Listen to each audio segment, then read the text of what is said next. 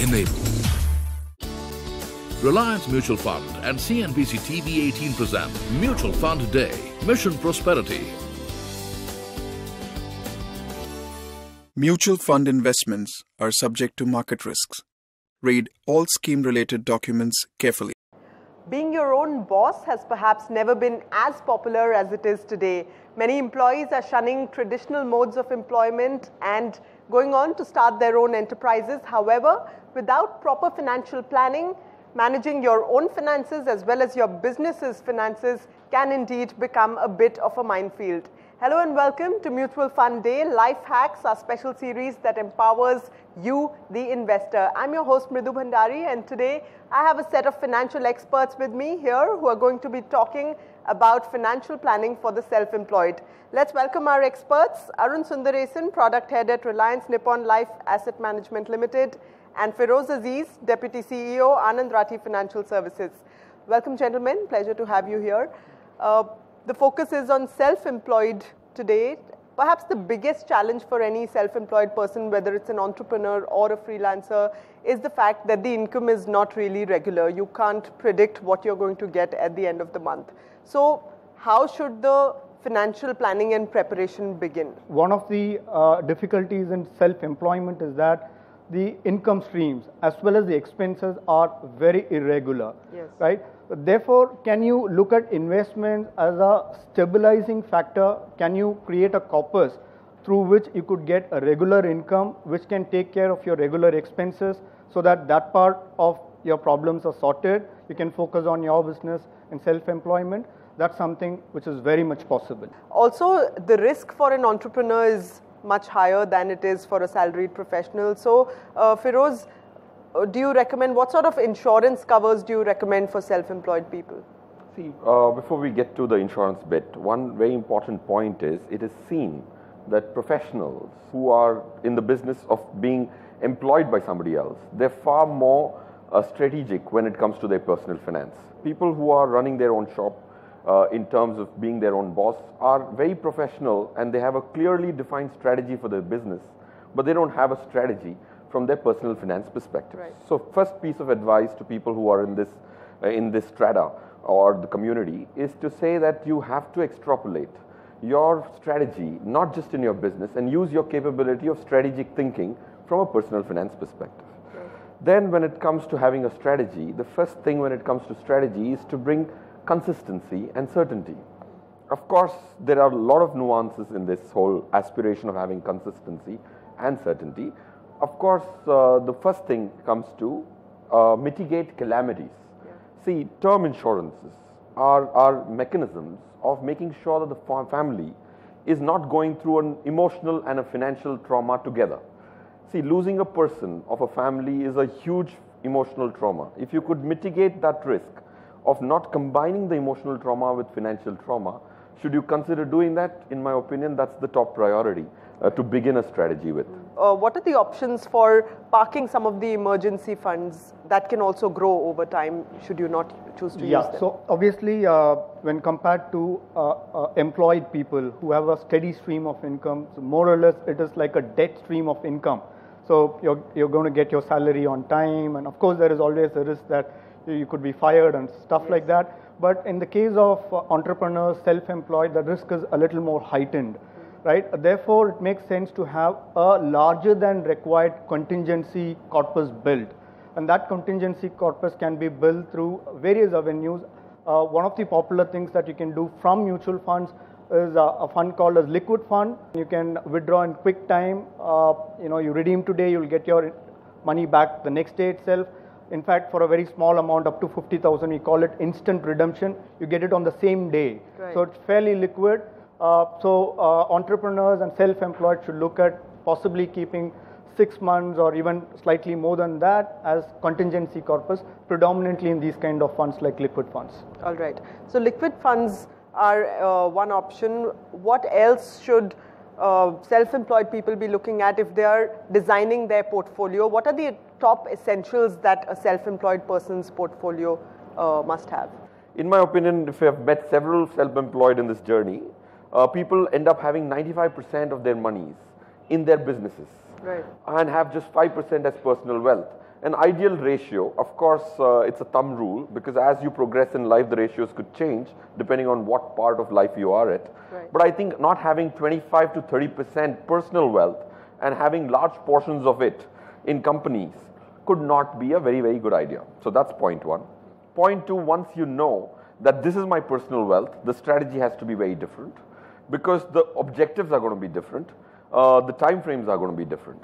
And for your business wealth, very clearly liquid funds can really take care of your cash flow requirements as well. Right. When it comes to personal wealth, then your objectives are going to be not a week's time or 10 days time. Having a certain portion of contingency fund, out of your 25%, about 5% could be your contingency fund.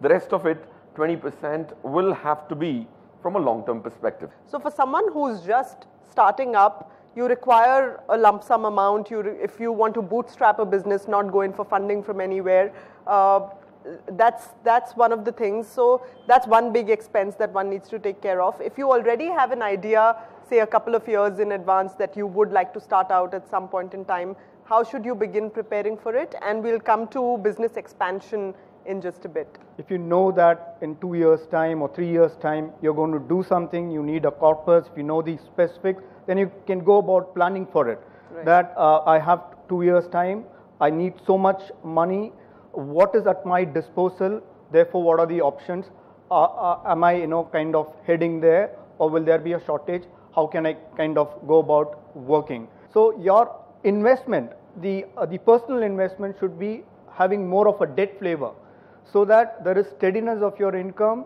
and there is some kind of regularity to your cash flows, and this can kind of complement your business objectives, which is going to be more like growth oriented and equity kind of orientation. All right, so every individual also has some personal goals. So you might want to take vacations, you might want to fund your children's education, you might want to pursue a higher education course yourself. So to meet each of these goals while running a business is quite overwhelming for many individuals. How does one prepare for that, Arun? And would you say SIP is the best route forward for meeting these short to medium term goals like vacations and purchases for the house? Yeah, the key to this is making an attempt. You'll have to make an attempt first of all to identify the goal, be specific about it. If you're talking about a vacation, what vacation are you talking about? When is it going to happen? And then get into the specifics like how much you require, and therefore how you go about it. While going about it, look at your current finances. Is there a part of my overall wealth I can put forth towards achieving this? It could be a lump sum, and out of the regular income that I get, can I also start an SIP towards those goals? So for a self-employed person, apart from term insurance, what are the other plans that one should be looking at investing in? See, there could be two different things. One is, of course, on the personal side, where you're protecting the life of the person who is working to create value for the dependents. That's a term plan, right?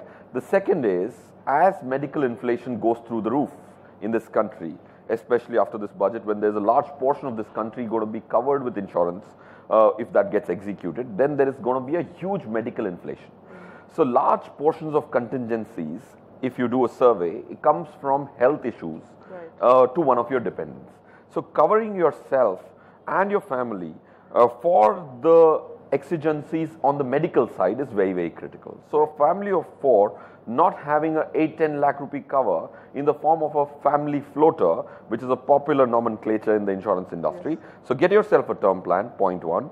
Point 2, get yourself a medical cover on all hospitalizations, fungible between your family members, and that should be adequate enough to supersede 7, 8, 10 lakhs, and it should be futuristic, keeping inflation in mind. Then comes the third portion. When you are running your business, then you automatically run every job with responsibility, comes with authority and responsibility together. When you're running your own office, then you will have to make sure there's fire insurance, make sure that your employees are covered as well. Right? So the point is, business requirement is going to be very specific, but not covering yourself for all the possible risks you run by having your own offices needs to be protected. These are the 3 components where you can protect yourself and make sure that some surprises which God has planned for you don't put you off the track largely. All right.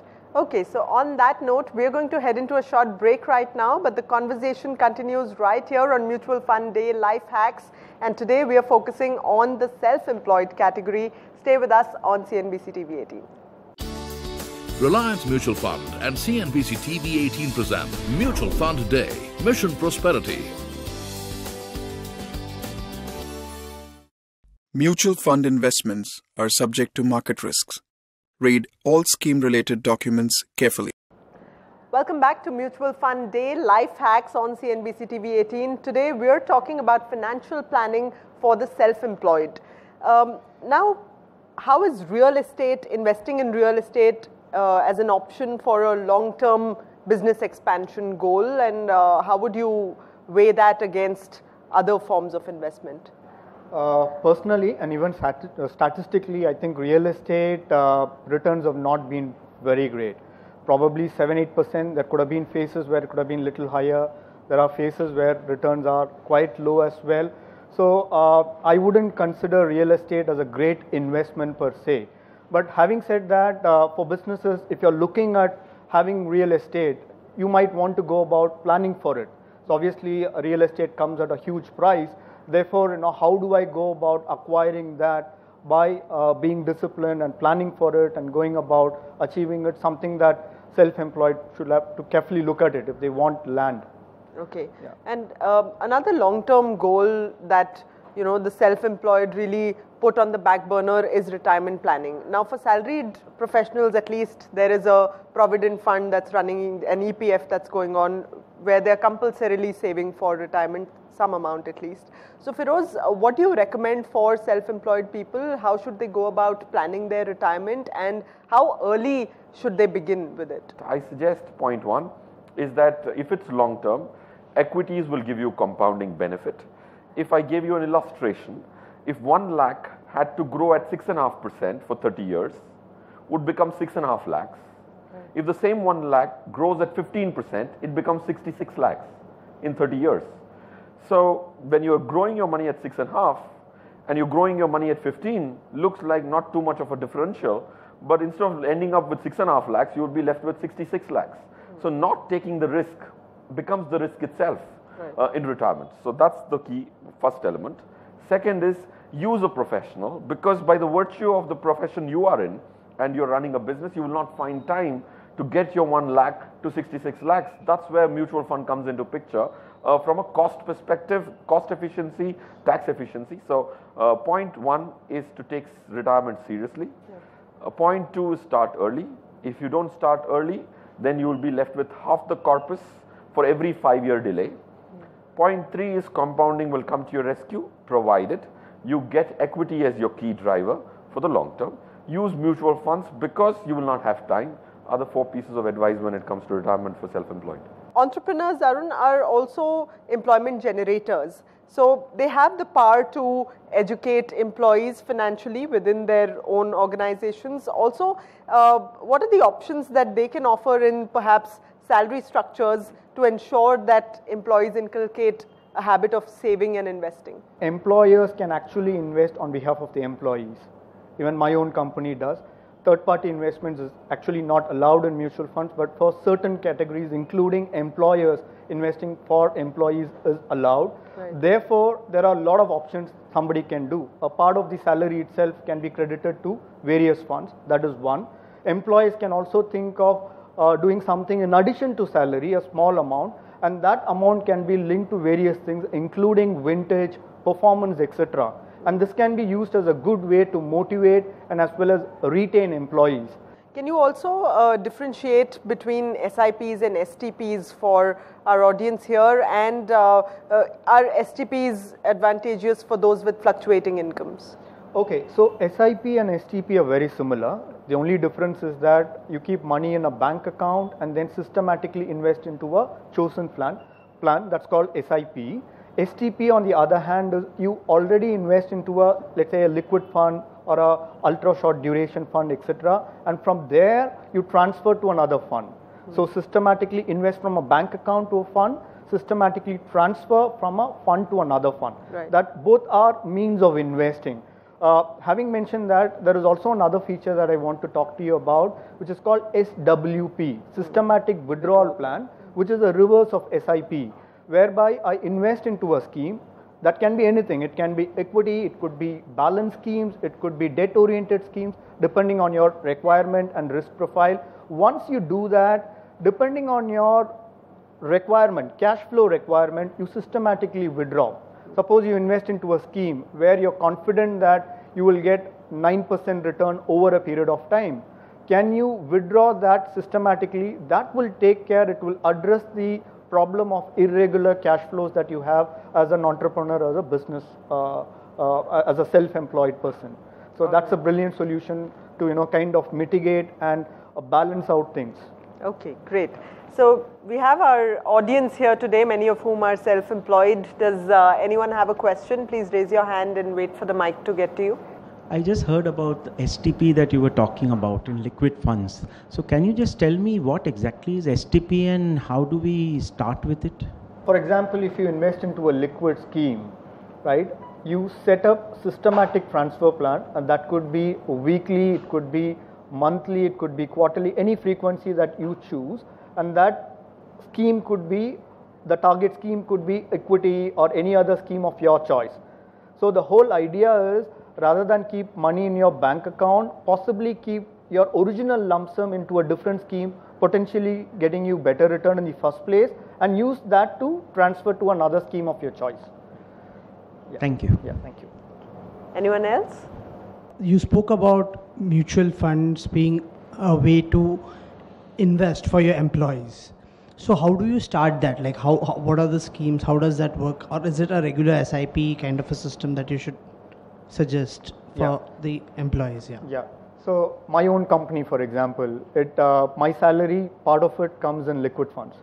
So instead of crediting my salary in a bank account completely, a part of it gets credited in liquid fund. So that it's up to me what I decide. So the way I look at it is, this automatically in a disciplined manner becomes earmarked for investments. The rest of it I use for other spendings, right? So likewise, you could choose various funds to invest into as an employer, and with of course, the employee agreeing to it, right? This is one way of doing it. You can also think about giving over and above. So obviously this is salary, right? So over and above that, can there be special incentives built? That can also be done. All right. Anyone else? Funds. Can you please tell us about the taxation on equity funds? The taxation on equity fund till this financial year comes to a close is of course zero. After that, there will be a 10% tax on the gains you make, on the long-term capital gains. So there is tax happens in two categories. One is short-term, one is long-term. If you redeem your equity mutual fund before a year, which is 365 days and lesser, you get charged 15% taxation. If you supersede the threshold of 365 days, then you get taxed at 10%. Very important point to be noted here. Unlike other taxation, you have to pay it every financial year. Like the taxes which your employees pay, every year they pay it. A fixed deposit tax gets paid every year. But investment taxation, especially equity mutual fund, which is what your question is all about, is paid at exit. So you defer your tax.